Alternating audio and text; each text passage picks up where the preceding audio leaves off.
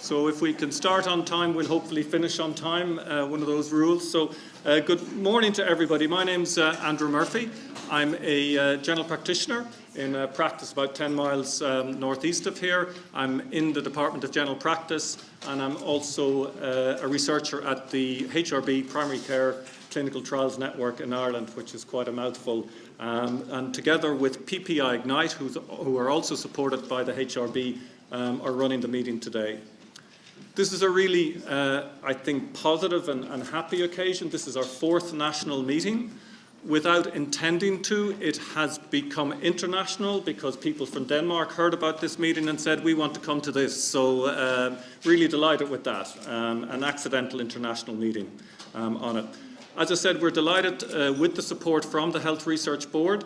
Anna Cody and Katrina Creeley, who will be running one of the workshops this afternoon, are here. And certainly I think it's fair to say that without the catalyst that has been the support from the Health Research Board, patient and public involvement would not have taken place as it has nationally.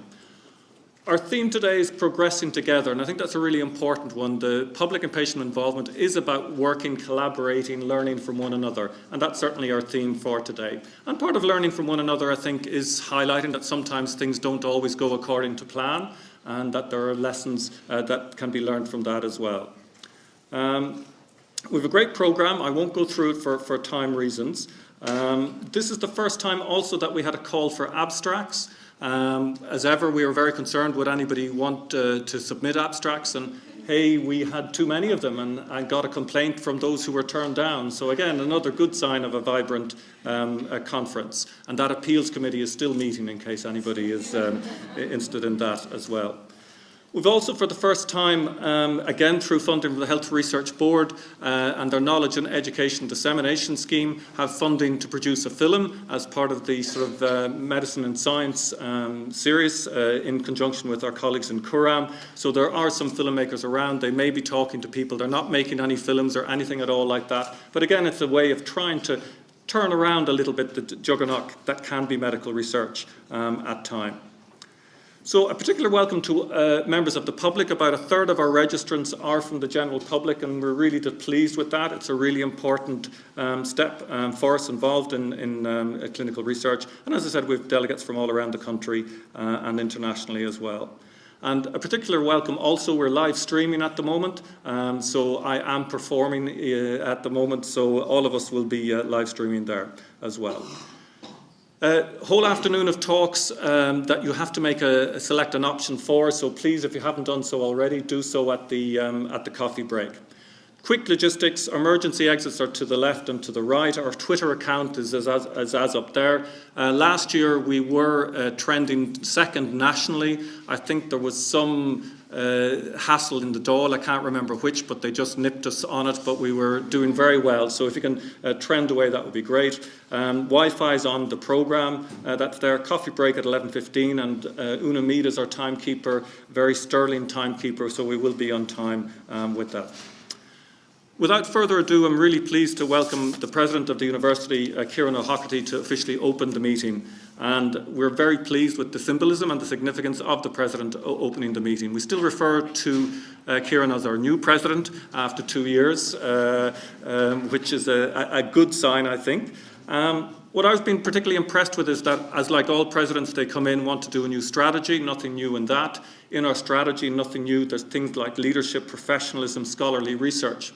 But Ciarán has placed a huge emphasis on other values that I think resonate really, really strongly with public and patient involvement. I think there's a real coalescence in our values as a university and as a body of fellow workers are equal access, diversity, social inclusion, dignity, caring, collaboration. And I don't think you can get a better set of values for public and patient involvement in that. And hopefully, I think to me, it's a real sign of Ciarán's and I think the university's commitment to an initiative like public and patient involvement. So Ciarán, over to you.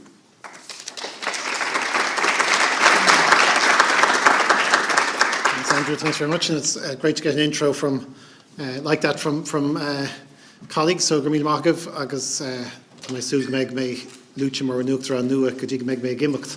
So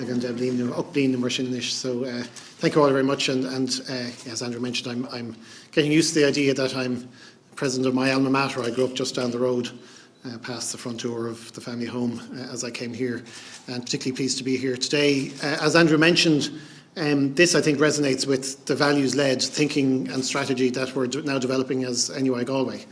And some of those values, in fact, if not all of them, resonate with what this conference is about today.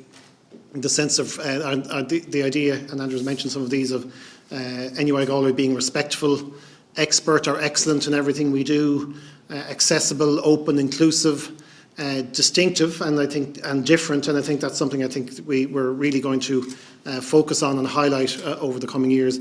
And finally, our students challenging us to be sustainable. And again, I think a conference like this is not just about those four values, but in fact also about sustaining what I think is a much broader definition of sustainability. Things like relationships, patient care, giving voice to patients, which I think is a very important part of what it is to be both a university from our perspective, giving voice, but secondly as healthcare, people in the healthcare profession, giving voice, particularly important as well. And that's the second reason I'm particularly pleased to be here, because that sense of giving voice, I think, is very important more widely, not just to university, very important to us too, but that sense of giving voice to the patient. And we all know, I think we've all been in situations where patients are in need of care, in need of a hearing. And I think one of the most important things we can give, certainly from my experience, is to give the patient agency and voice in their own care, to give them that sense that they have some control or power to the extent that we can.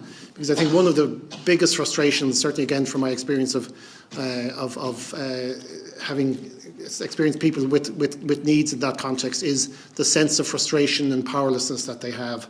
And I think that your conference today is really looking at giving that voice back, and that is part of the patient's well-being and quality of life, as well as everything else. So particularly pleased of that sense of voice that is being represented today. And in that context, I'd like to particularly mention, if I may, Helen Rochford-Brennan, who is here today as Dr. Helen Rochford-Brennan, because last autumn we presented her with an honorary doctorate. And part of what we said then was that when we give honorary degrees such as that as a university, we're signalling what we value. And with Helen, we value her advocacy, her sense of being a champion, not just for herself, but particularly for others. And I think that also is something I'd like to commend today, is that we are here and you are here for others. And that sense of service that this conference represents, that giving voice to patients is often not giving voice to ourselves, but giving voice to somebody else. And I think that's a particular privilege that one has, but also a particularly profound impact that one can have. And very often we think about people working for themselves, and that sense of being people for others is a rare thing. Agus mar deirtear an Gaeilge an rud is anamh is even, agus is even seo. That sense of offering a service and a voice to other people, not just to ourselves, not just demanding it or asking it for ourselves. And Helen is a particular symbol of that, but in general today I'd like to commend that, and the papers that are being presented more generally is really about giving voice to others, which I think is a profound act, if you like, and something that we should applaud. And finally, Andrew mentioned this idea of working together, and again, that sense of that we have as NUI Galway as a community. We had our recent quality review, and one of the things I was very pleased with that came through, I think we need to work more on it, making it more real, is that sense of community that we have here as a university. And coming back to Galway after 30 years away, it's something that I've worked in 4 other institutions in Ireland and abroad, and sometimes something we take for granted when we're here. It's part of the furniture, part of the oxygen of the place. But in fact, when you come from somewhere else, you realise that there is a great sense of community here. And again, this conference is a representation of that. And I commend you and applaud you for that, for working together in that context. And I'll finish on something I started with. I'm about to go back to campus to send a video out to students to wish them well for the summer and hopefully welcome them back next year, either as graduates or as students. But when I came in first day here, January of last year, I sent a video out to all our colleagues. And in it, there were 2 things that maybe by accident or maybe by design were picked up on. One was that I used the word kindness, and I sometimes get the sense that the video was blah, blah, blah, blah, kindness, blah, blah, blah, because the word that was picked up on of everything that I said was that sense that we should be more kind to each other, and that kindness is something that's a value and something that's good in the world. But secondly, the other piece that I mentioned, which has also, I think, been referred to back to me since, is the reference to the Galway International Arts Festival. When I was here in the 80s as a student, there was an American a cappella group called Sweet Honey in the Rock, who played in Leisureland, which was the venue at the time. Shows how things have changed. And in that they had a song whose lyrics go, many stones do form an arch, singly none. Many drops of water turn a mill, singly none. Together what we will can be accomplished still. And I think that's particularly significant for Galway. We have an archway in the quad, and many stones form that arch, singly none. And we have a canal and waterways which flow through our town, and many drops of water turn a mill, singly none. And I think that particularly is emblematic, I think, of today as well, that we work together to achieve great things, to build arches and to turn mills. And when we do that, together what we will can be accomplished still.